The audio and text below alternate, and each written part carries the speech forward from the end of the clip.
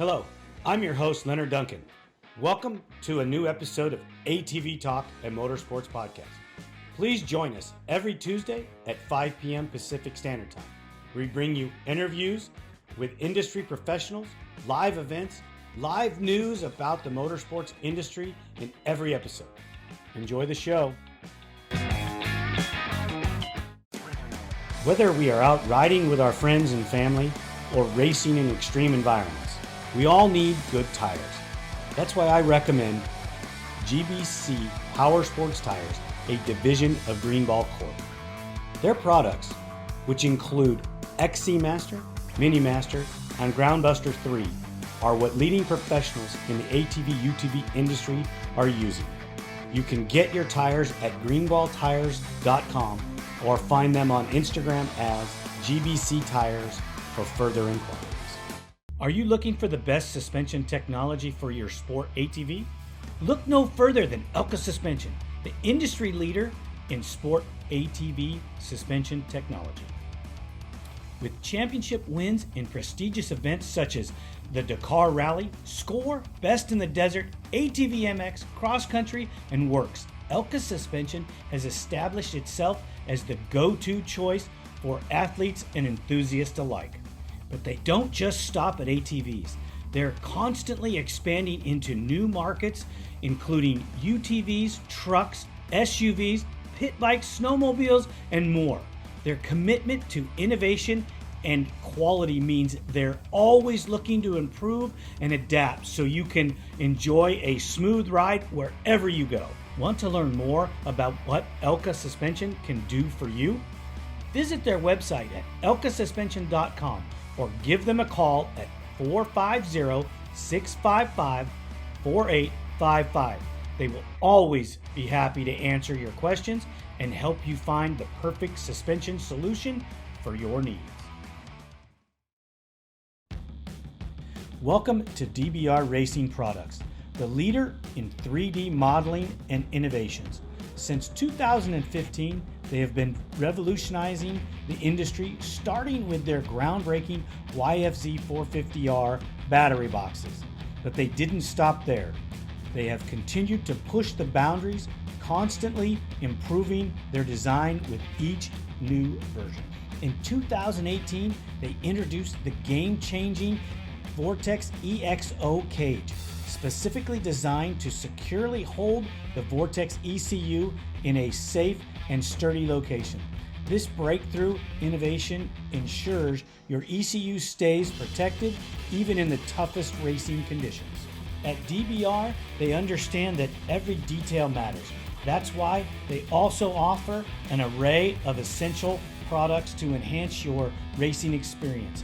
Their spark plug hold downs keep your engine firing at peak performance, while their LTR breather boxes ensure optimal ventilation for your machine. Their LT250 engine skid plates are a must-have for those seeking unmatched protection.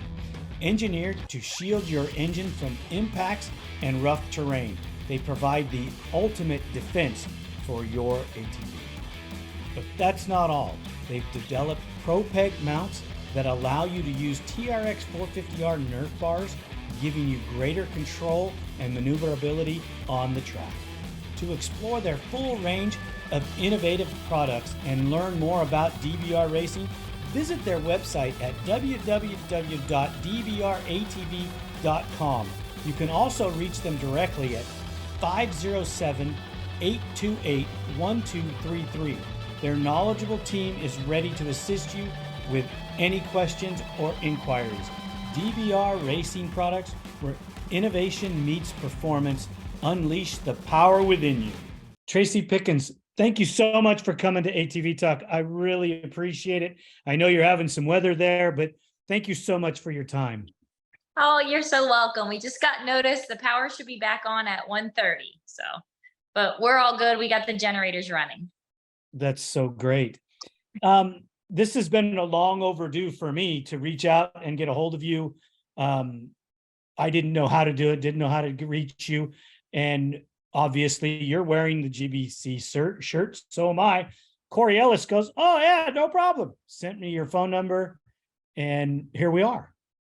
That's awesome. I love Corey. I've known Corey for many, many, many years, and I knew him as a racer, and now he's one of my sponsors. So it's really, really cool. And the fact that he knows everybody makes my job or my life much easier, because I reach out to him and ask, "Hey, do you know so and so?" "Yeah, no problem. I'll hook you up." And Oh bam. yes, he definitely is a people person. Oh yeah, it's outstanding. Um, Not a lot of people in the non-cross country world. Well, I take that back. There's a lot of people that are your fans that don't that travel in all worlds in ATVs, but you're a 12-time champion. Yes, 12 times. How many of those were consecutive? Ooh, I went on a spree in I think 2006, and I won 5 in a row, I think. Wow, So that's yeah. that's incredible. Right now there's no men challenging the 12-time record at all. No, not as of right now. No, But I mean, records are made to be broken. yes, they are. Yes, they are. How did you get into ATV racing? Um, Basically, I grew up in real rural country. We live in the coal region where there's a lot of strip mines and things like that, and there's not a lot of fun things to do in our area. So I grew up with a family that loved to ride ATVs. So our family fun was our families would all get together and we go on trail rides.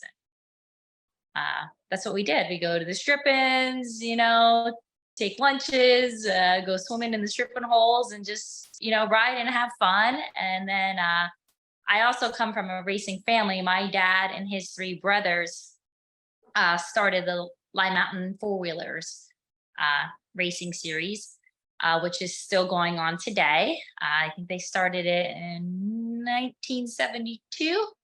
So, yeah, just I've been ever since I was born, I've been at a racetrack or been around. My dad raced Jeeps and Buggies and things like that. So I've been around racers like that. And then we got into the four wheelers, and that's how I started racing. My goal and dream was actually to race a Jeep or something like King of the Hammers, like races like that. Like I wanted to be in a machine like that. But when I was 16, my brother passed away, and we were at a memorial race for him. And 4 months later, at the memorial race for my brother, my father ended up passing away. He was on an ATV, but he had a massive heart attack. Well, Uh, it's so sorry, yeah, sorry so that it's like people are like, "Well, aren't you afraid of four wheelers?" I'm like, "Well, four wheeler didn't kill my dad. My dad had a massive heart attack. It was going to happen no matter what he was doing, and you know, he was doing what he loved. He loved being outdoors. He loved racing, and that's what he was doing. So being 16, I had to figure out life a little bit on my own because I went to college, graduated high school, went to college. I got a degree in physical therapy assistant, and got a job. And after a few paychecks, I went and bought a four wheeler. And I decided, since I grew up riding a four wheeler, that was what I knew best.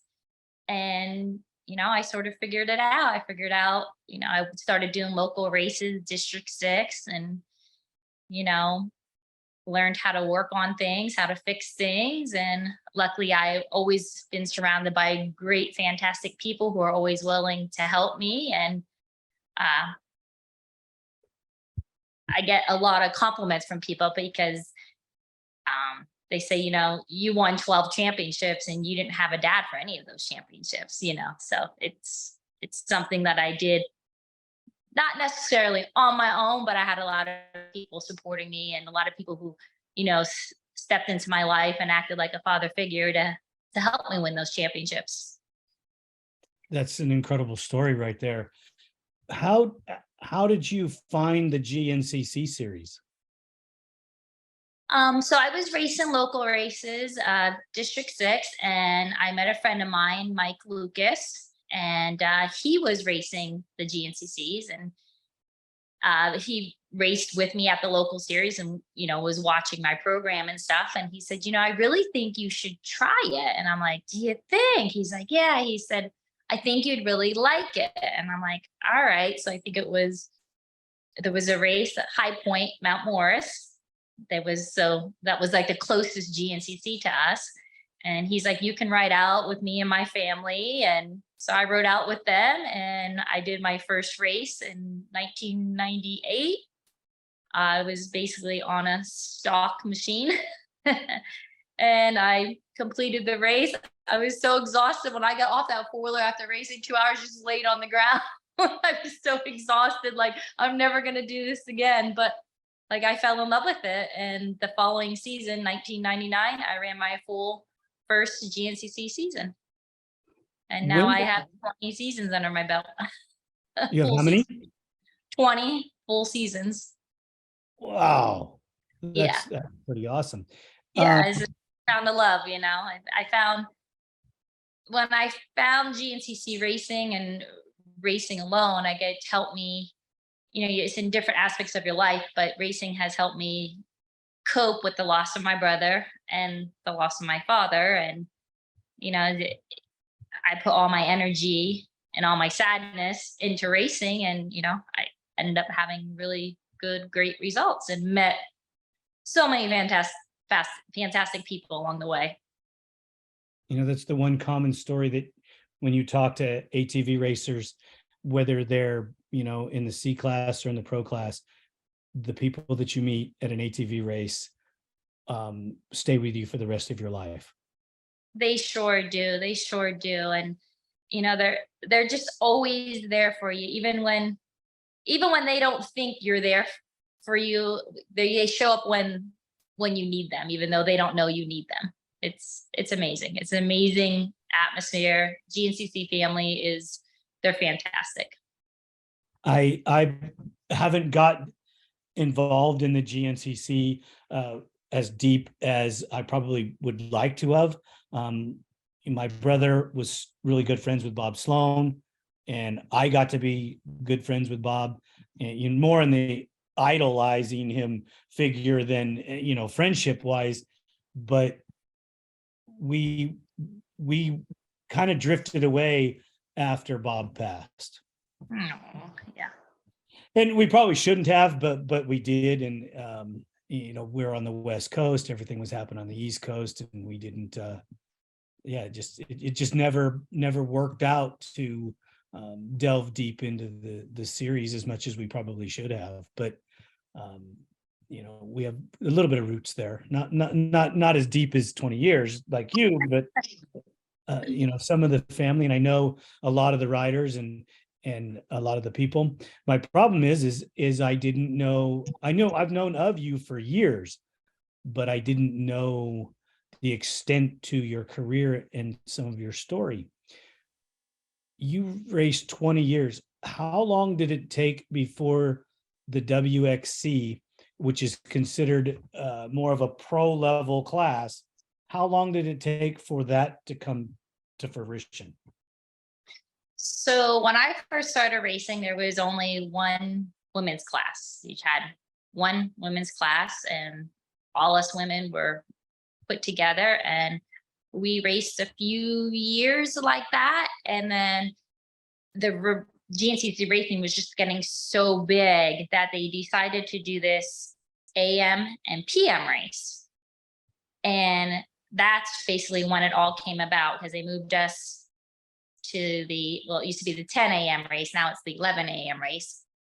But once they separated us women really got promoted because we were winning that morning overall. And that's how the WXC class developed. But as that was happening, they also started youth classes. So there's several girls youth classes, and they also have the micro classes, which are the wee little guys, which that's what my son races right now, is the micro, and he also does the youth. But now there's all these classes. Like I am like ecstatic to see this, to see how women have just grown in GNCC racing. We went from having one women's class to having, girls micro class to girls youth classes to several women classes in the AM. Also, we don't only have the WXC, but we also have an age bracket women's group, and we also have the amateur women's group. So it's really cool to have all these different classes now for women to help excel in their careers. And the first girl to actually go up through the ranks through the youth classes is Hannah Hunter. And look at the great results she's getting right now. She's a 3-time WXC champion. And it's really cool to watch how she came up through the ranks, through all the different classes. And when she got into that WXC class, she was ready to win championships. That's incredible. She's won 3 WXC titles. Yes, she has won 3. Yes. Wow, that's incredible. I thought I lost track of one because I knew it was 2, but yeah, she won 3, and her goal is to get 13. She did tell me that. She did tell me that. Yeah, so it's pretty cool. I in 20 or 20, it was 21. I did a women's championship show where I had Hannah, Tori Matisich from Works, and Andrea Berger on, and they all talked about the different series and what it was like to be a woman's champion. And at that time, Works didn't have a pro class. Now it's the pro women's class to so that they raise the bar, and it's working out pretty well. Yeah, it definitely, there's a need there, and I think it really helps. It really helps to accelerate the women's class, and also for sponsors, sponsors want to see that. They want to see the women highlighted. And, if these sponsors are sponsoring, women, I think it really helps with sponsorships to have that WXC class. This isn't ATVs, but this is where my belief in promoting the women's classes comes from. Is my daughter played softball, and it was always a second class sport, and the girls were never respected. And when we were playing softball, we would challenge the baseball teams of the same, to play against us, play softball with us and see if you can beat the girls. You're supposed to be so good, you can hit, you can run, you're faster, you're stronger. And we never lost. That's awesome. Well, maybe it was our sport, maybe it was, but the little girls that played with my daughter were all outstanding. And it just drives me so that when I invite someone such as yourself on the show, it's a special thing for me to promote women in any sport, any type of motorsport, or any type of sport, really, that because you don't get enough accolades, and you definitely don't get enough press. Right. I agree. I mean, I think it's gotten much better, like from when we first started to where we are now, but I feel there's still lots more room to grow. So do I. I think that, you'll never be able to compare men and women's sports on the same playing field, but there are so many fans of the XC women's class that we all talk about it. Hey, who won? What's going on here? And we're all talking about who won and how close was the race and what's going on. And this is from a West Coast guy that, and people that are in the motocross racing, or they're just my family or my friends that have just started watching it from me watching it. And no, we don't get to watch it on TV, but we're checking the stats and looking at the results and live scoring. Yeah. Yes, definitely. One of my most memorable highlighted moments in my career was in 2009. I got nominated for the AMA Rider of the Year. Now, they also have a female Rider of the Year, but this was the AMA Rider of the Year. racer of the year. So that it was men and women in this group. And what was really cool, anyone who was a member of the AMA voted on this. And I ended up winning the nomination. And like right there, like I felt like I've been trying so much to promote women's racing, and I finally felt like I succeeded. Like, you know, to be nominated with other pro men racers and to actually be nominated and actually win the nomination was really, really cool. So, and I also won the GNCC Rider of the Year also, which meant a lot because that's an award that was only ever given or earned by a man. And it was really cool to be the first woman to ever win that award. So that was, those two awards have been the biggest highlight of my career. And I just hope it inspires other women to, you know, we can do this. We just got to keep pushing through boundaries, and we can do this. So you're pretty much the role model in GNCC for the ladies, because you're still racing at a high level, and they're all chasing your records and your achievements. Yeah. It hasn't been easy, you know, like, you know, when I race, because I've raced in all decades of my life. So like, you know, when I first started racing GNCCs, I was in my 20s, and, you know, I was trying to figure out life. I was getting married, you know, building a home, you know, trying to get established, had a career. And, you know, I was figuring out how to win championships, and then moved on to my 30s. And, you know, I've always worked a full-time job when I've raced, because I'm a person that needs to be on a schedule. So I've always worked full time, even though I was getting paid to race, but I could do it. I was a woman that always wanted to do everything. So I figured out like I could still work and I could still win championships. I'm going to do it as long as I can. So in my 30s, I also raced, ended up going through a divorce, and I lost some sponsors over that. But when that happened, I also gained a sponsor that I never even was really looking for. That's when I became a factory rider for Yamaha Racing. So that was, you know, a bunch of doors I felt got slammed in my face, but there's a reason those doors got shut, because that opened a really, really big door for me. And I became an ATV racer for Yamaha Racing and raced for them for years. And so that was in my 30s. And then later 30s, I, you know, met my husband, Jeff Pickens. And at 37, I had a little baby boy. His name is JP. And at that point in my life, I decided I had 9 championships. And I thought, I've accomplished enough. I thought I was done racing. I did everything I felt I needed to do in racing. I was gonna, you know, be a mom and just focus on JP. And, you know, I did that for 3 years. And then I decided I was coming back.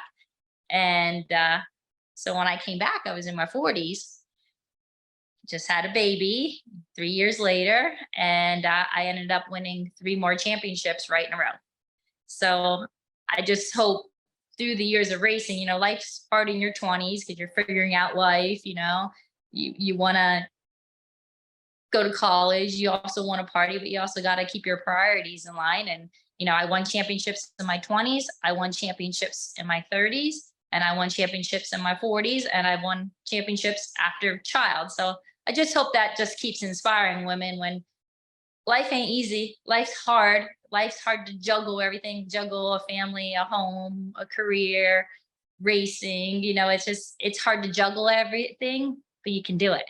And I just hope when they look at my career and look at my stats that they say, you know, when times are hard, I hope they just think of me and think, you know what, I can do this. She did it. I can do it.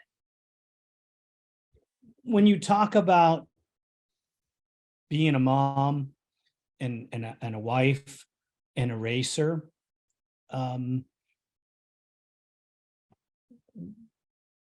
where does it all get crazy? Where it gets crazy at is my son, he loves to be involved in everything. And he plays every sport that you can imagine. And I allow that. People are like, well, why don't you cut back? Don't let him do as many things. And I'm like, but he's 9 years old. I want him to have every opportunity that when he does get older, he knows which sport he loves the most and wants to dedicate his time to. Because I fell in love with racing ATVs, and that's what I've always dedicated my life and my time to.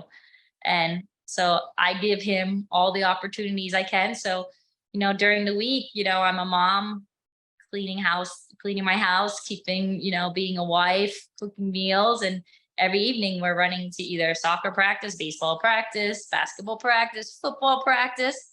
Plus he also races ATV. So he practices riding at home. And so he carries a pretty full plate, which makes my plate a lot fuller too. But me and Jeff's like, we just want to give him every opportunity, and hopefully one day he finds his passion and his love, and whatever it is, we'll support him in. How does your husband keep up with you two? Well, my husband, he's a real go-getter too.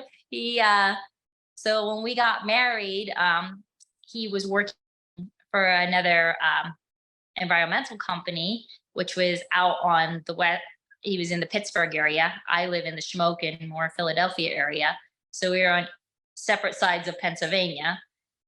And he moved out here with me, but he continued having his job out there. So he would leave Monday mornings and he'd come home Thursday night. So he worked 4 10-hour days.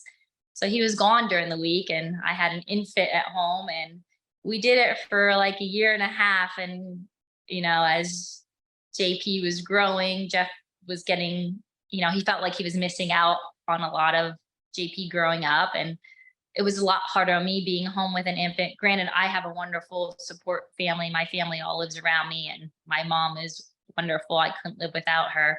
But they just would help me while he was gone. And so one day he sat down, he's like, I think I just really want to start my own business. And so we sat down, we figured out all our finances, and I said, let's try it. And he started his own business, and he's very successful.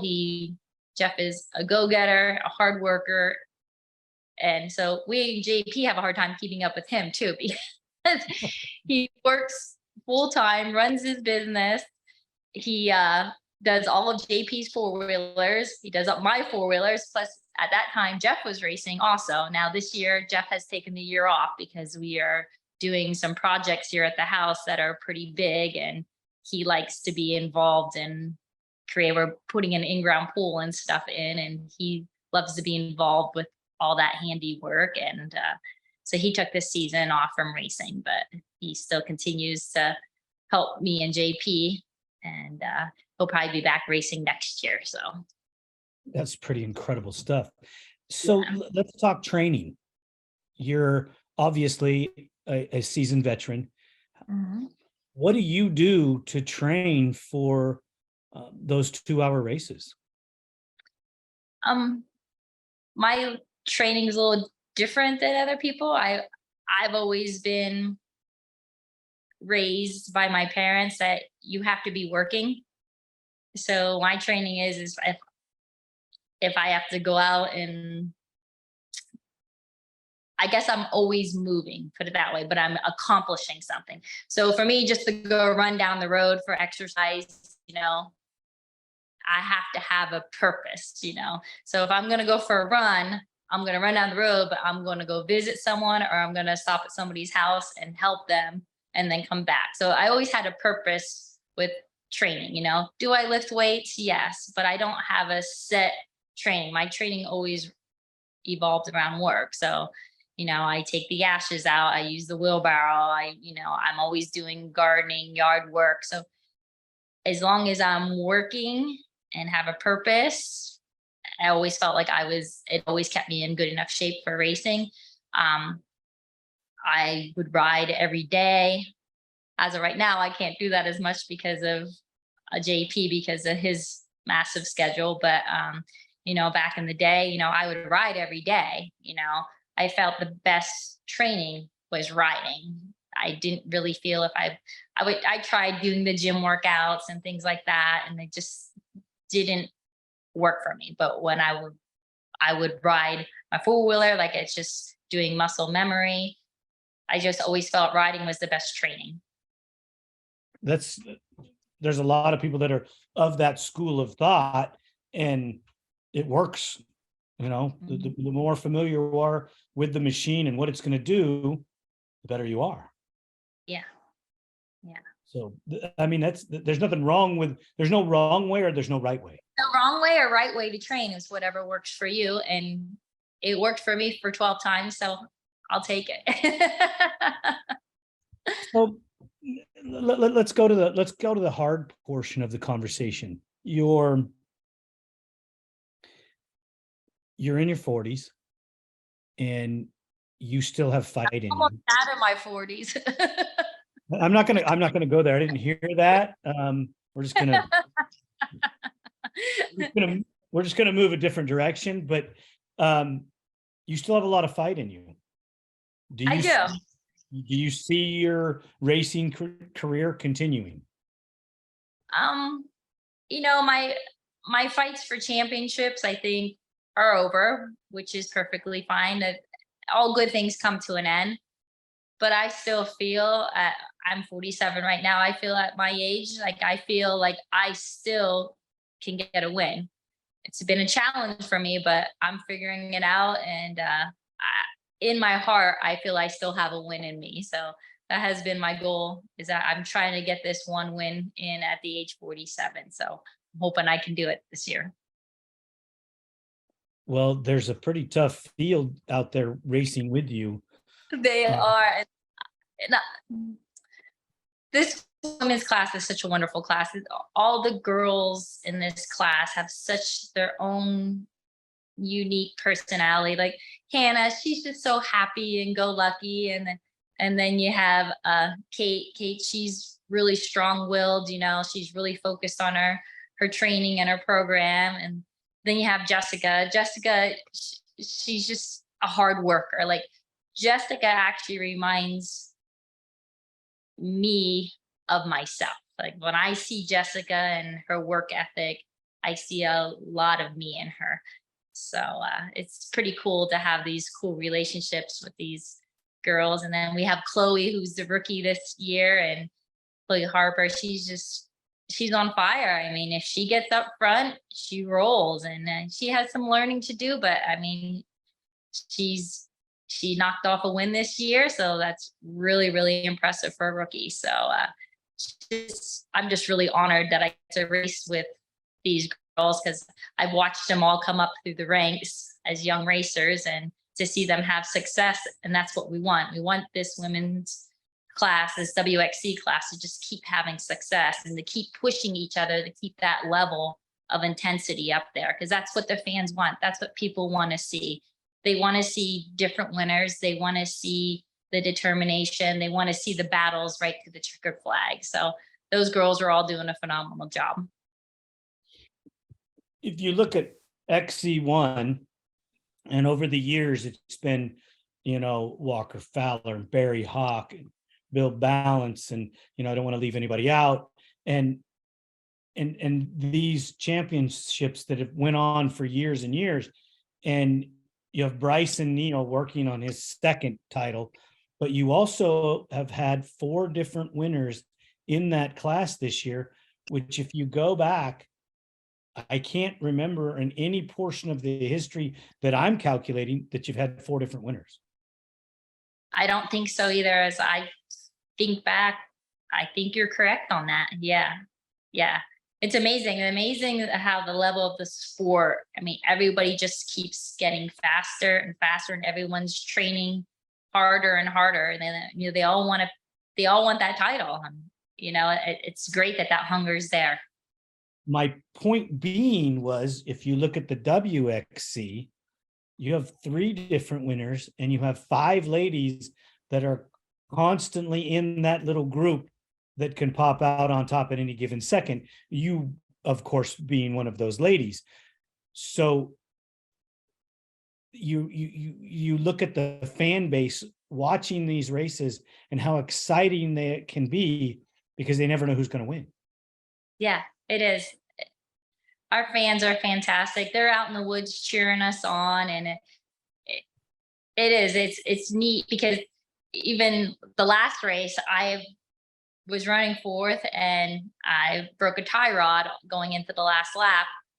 And part of me, when my husband was fixing it, he said, I go, who's winning? He goes, oh, it's a real close battle. The top three are battling. Chloe has a bit of a lead, but you don't know who it's going to be. And and he's there fixing it. And I'm like, I don't know. I sort of want to stay and watch the finish. And he's like, well, I'll try to get you fixed on time. If not, you can stay and watch the finish. But he got me fixed. And then I'm a big believer. Like when I start a race, I finish it no matter what. So, he got me out going again, and I didn't get to see the end of the race, but my husband, he was so kind, he videotaped it for me, so I got to see Chloe finish her first podium and win.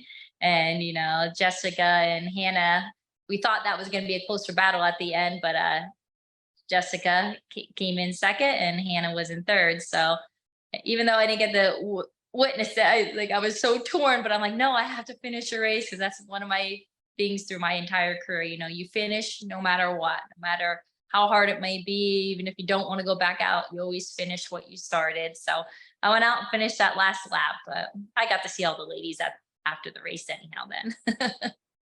Being a fan and being a racer in the class, that's kind of a struggle some days, isn't it? It is, because when I first started racing, I was so competitive. I had to win. Like I would do whatever it takes to win, and now that I'm a mom and I look at this women's class, like I'm just so proud of all of them. It's like I'm a proud mom now. And that all that competitiveness isn't the intensity where it once was. But now it's like, I'm going to say this. I'm old enough to be, all the women I'm racing, I'm old enough to be their mom. So I'm as old or older than some of their parents. So I have a lot of proud moments out on the track. Like people are like, well, you're out there, you should be trying to beat him. Like, I know, but like when you see Chloe make an awesome pass, like I'm proud of her. Like she's young, she's 18 years old and she just made an awesome pass. I have a lot of proud moments on the track. And I always make sure after the race, if they do something really well, that I tell them, or if they do something that I think, well, maybe that wasn't the safest thing you should have done, I'll tell them that too, because I don't want to see any of them get hurt, because that has been my strong point in racing, is racing all these years and never had a serious injury or anything that I had missed racing or sit out a race. So that's, I strive to them, yes, you want to win, you also have to stay healthy. You're not healthy, you can't race. So I always try to tell them, make the passes when you can, but make sure they're safe passes, because I don't want to see any of them get hurt. So when you get out front and it's your day, proud or not, I don't think that you're just going to say, it's okay, go ahead, go by. No, I'm not going to do that,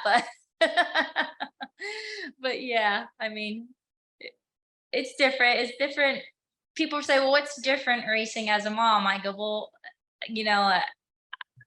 it's hard to explain what is different, but something just changes inside of you when you become a parent, and you maybe look at things a little bit differently, and you maybe not push or charge as hard in a more technical rough section as you would back in my younger days. But hey, I'm just happy that I'm still able to race this class, and that I'm still able to, to run in that top 4 and 5 right now. So I'm happy with where I'm at, because the thing is I'm happy when I'm racing. And people are like, well, don't you think you should just be done or hang it out? I'm like, you don't understand. Racing makes me happy. I don't have to win to be happy. being on my four-wheeler racing is what makes me happy. That's a very profound statement, but you are also a highly decorated champion. Do you think that being a highly decorated champion helps that transition?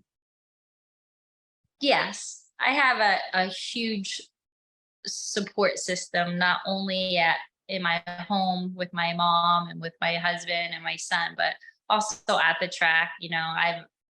My best friend is Johnny Gallagher. I mean, we have a lot of serious conversations and things like that. Just, and all the GNCC staff, they've all been there for my entire career. That's what's really cool about GNCC racing. Their staff members rarely change. So you've known these people for years, and they watched me as a 20-year-old, a 30-year-old, and a 40-year-old, and they've seen me come all through all different aspects of life. So they're there for me. They help me, and they help me more than what they know.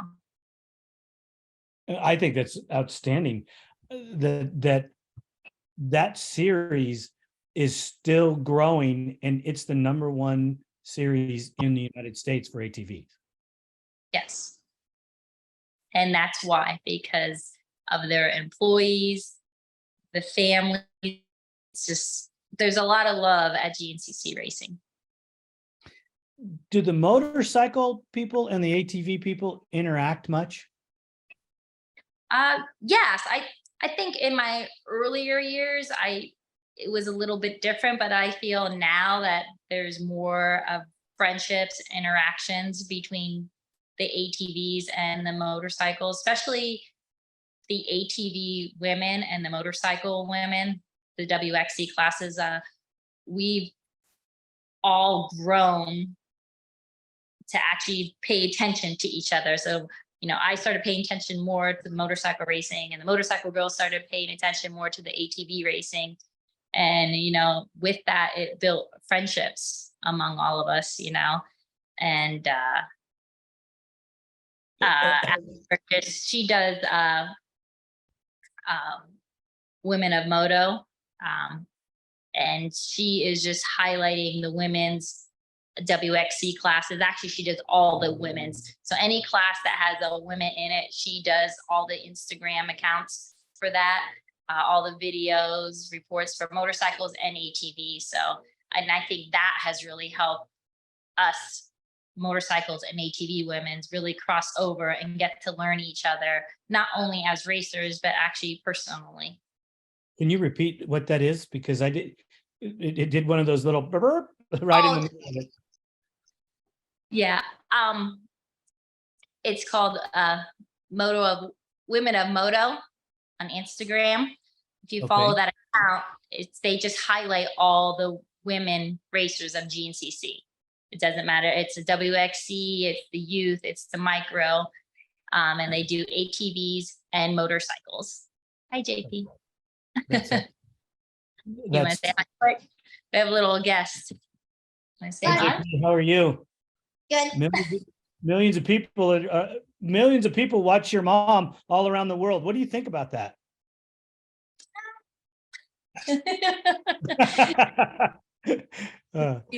I didn't expect that answer.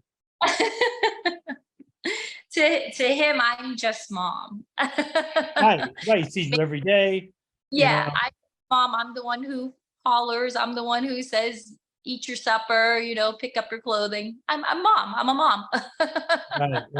He has no idea that the culture that you have built for the women that you race with and the sport that you love so much, it's incredible. It really is, because people like you are the reason why our sport's growing. You may not realize it. Other people may not realize it, but all of those young ladies that you've talked about and that you're so proud of when they're out doing the things that you love to do, this is why the sport has grown and is growing, because of your support. So if you decide not to race, I hope that you will still become an ambassador for the sport and keep up your legacy by allowing these women the education that you can offer. Yeah, I will always be involved. I will be always go attend. If I'm not racing anymore, I will still always be there. Even when I took those 3 years off to have JP, I still was going to the races. I couldn't stay away. Me and my husband tried a couple races and we couldn't do it. So, if I'm not there racing, we'll definitely be there spectating. And as of right now, my son loves GNCC racing. So right now, I think that's his number one sport right now. So if that continues, we'll be there for a very long time, won't we? Yeah. Well, I hope he does continue it, because if he's anything like you, he's going to do very, very well. Well, we hope so. We have a lot of people come up to us and be like, oh, with you and Jeff. Oh, okay. Thank you, buddy. With him being, me and Jeff's child, because, Jeff has a really good racing record too. And I said, but, we can teach him anything we know or want him to know about racing, but, he has to want it. He has to have the love and the passion for the sport. And if it's not there, that's okay. We're here to help him. We're here to guide him. But if he finds or soccer, we'll follow him in that passion too. Deep down inside, I really want his passion to be racing, but if it doesn't happen, I just want him to be happy, because that's what makes us humans function, is being happy. And if you find something that you truly love and it makes you happy, you'll live a long, happy life. So I agree with that so much. To hear you say that it makes you that happy when you're riding your ATV, that's really what it's all about. I mean, other than spending time with my wife, I can't think of anything better than to go build an ATV. hang on, I can barely hear you. I don't know what happened to the sound. You're coming through great. At one point, it got really quiet. Yeah. I don't know what's going on, because everything's supposed to be normal over on what I'm looking at. Yeah. Did it come back at all? Yeah, it's just you're just really I can just barely hear you. It's really faint. Wow. Turned up my volume. Yeah, my volume all the way up. It was fine, and then it just sort of got real quiet. Yeah, it did the same on this end too. From when you were talking, and then it got quiet, and then you came right back. Okay. So I apologize. Oh, that's fine. That's fine. Let's just My hold the phone close. My daughter does all the tech stuff for me, because I don't know how to do any of it, fortunately. That's how I usually hand my phone to JP. I'm like, here, figure this out for me, buddy. Right. The rest of this year, you're in, and are you pretty much in for next year too? I'm not sure. I play it how me and my husband play it. We play it year by year. All goes on how I'm feeling. If I feel good and feel like I have the strength to race, I'll race.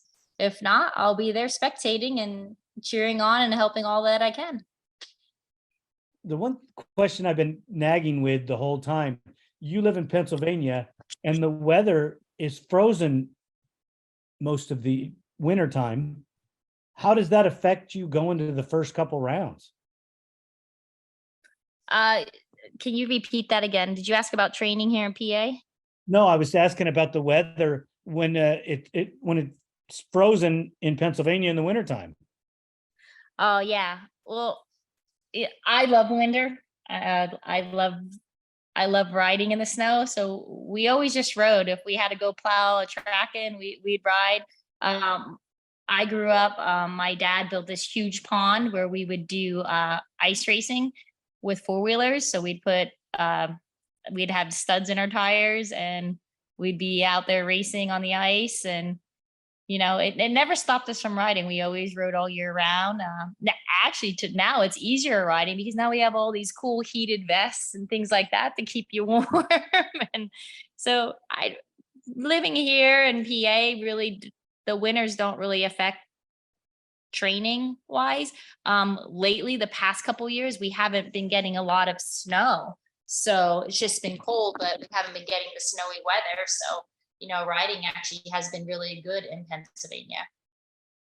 Do you guys snowmobile? I don't, because like I said, I did when we were younger, like growing up, like when I was 15, 16, 17, we'd snowmobile all the time. But now we just don't get the snowstorms to really justify having snowmobiles anymore. If not, we'd have to always head north up to New York to snowmobile. So Yeah, we don't want to go north, right? I don't know if you heard that. no. Yeah, I don't understand what happened to the sound. Yeah, neither do I. It's bumming me out.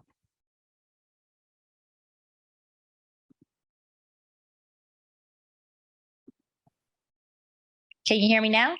Yeah, I can hear you great. There. I don't know. It sort of got what there. That's better now. I don't know if I hit Who knows? that's much better. One of us did something to make it better, and that's all that matters. Yes. So what I was asking you is you guys really don't want to go north to go snowmobiling. It's not the same passion as going and racing your ATV, right? No, I'll ride a four-wheeler anywhere, That's one of with racing ATVs, I've been exposed to a lot of great opportunities. I actually been out west a lot of times. I actually got to go down and ride in Mexico. Actually, I rode Corey Ellis's four-wheeler in Mexico. We did this long trail ride and stuff with Corey Hogue with Alba, and it was a really cool stay overnight type ride. We had chase trucks following us and things like that, and so I got to ride, down here and ride part of Baja. I got to do a lot of desert racing. I raced the Henderson 400. So I got to ride in Glamis and the sand dunes. So with racing and being part of GNCC, I also got exposed to it opened a lot of other opportunities for me to see other parts of the world. I've been to California several times because that's where Yamaha's headquarters are. Let me see what else. Actually, we'll be heading to Vail, Colorado, which I've never been there, to celebrate 20 years of the Yamaha YFZ 450.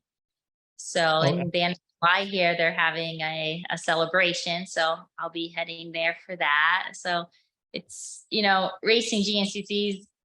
Yes, I get to travel the whole East Coast, but I also got to see a lot of the West Coast. I did some works races and things like that. So I got to see a lot because of racing, and it's brought me a lot of great opportunities. That's outstanding. You're still affiliated with Yamaha, then I take it. Yes. Kind of a family. Once you're in, you're in. Yeah, it's the Blue Crew.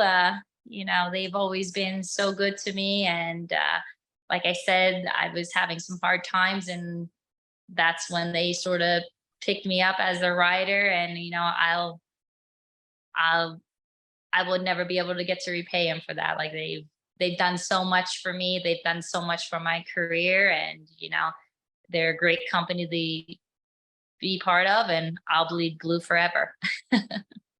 You got to love it, whether you're a Honda guy or a Yamaha person or Kawasaki, Suzuki. When you're loyal and a company like that is taking care of you, you have to back them. And right now, Yamaha's it. I mean, who else is supporting the sport quad industry? Correct. Yeah, they're the only ones. Yes. Yeah, so we all have to back them, whatever they're going to do, however they're going to do it, jump on a Yamaha, ride it. Granted, I've always been a ride red guy, but I'm not opposed to riding blue. Yeah.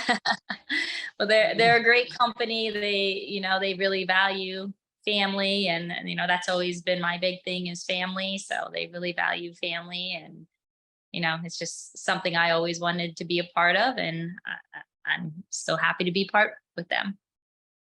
Well, to be honest with you, a lot of the championships that I've been privileged to be a part of, as far as a mechanic or be the builder of the machine, they were blue. Yeah. So whether you love red or not, and the reason we are Honda affiliated, our dad was a Honda certified mechanic and managed a Honda dealership back in the early 70s. So that's what we grew up on. Right. So the kids that have grown up on Yamaha, I understand why they're Yamaha backed and they're only going to ride Yamahas. It's because that's what they grew up on. And Yeah. JP does this thing where he teases Adam McGill because Adam McGill's a real ride red. So JP, every time he sees him, he's always like ride blue. Or if JP has a Yamaha shirt on, he'll go like this and show Adam McGill his t-shirt, his Yamaha t-shirt. So it's pretty cool that he can tease back and forth with Adam. It's pretty cool. Adam's a good dude. I want to get him on the show one of these days, but I think he's afraid of the microphone. Do you think? Yeah, I do, honestly, because maybe he thinks that it's a more structured interview style when it's just a conversation. And the few times that I've got him on the phone, we've talked about such an amazing different amount of conversations in one, where it wasn't just about this or just about that. It covered everything. Plus, we both like 250Rs, so we might end up just talking about 250Rs the whole time. Right. Yeah. He does have a love for those. Can you believe the year he's having? It's amazing. And women, men, like he's inspiring, because I'm like, go at him, we always, me and Jeff always talk, well, we had to cheer for the old dogs, so we cheer for Adam McGill, we cheer for Chris Forge, because they're the old dogs, they were racing when I started racing. So keep doing what you're doing, young lady. And I would definitely like to extend an invitation back to have you come on again, so that not only could we talk about your racing career, but delve deep into a couple of your seasons and some of the things that you can highlight for us that your fans would want to talk about. Maybe your most memorable season. 2009 seems like a really good year to talk about because some amazing things happened in that year. All right. The team here at ATV-TALK would love your feedback. Please email us at hello@atvtalkpodcast.com. If you're in need of a consultation for your current racing program, a custom ATV, or an industry guest speaker, I have the company for you. Duncan Technologies International, Inc.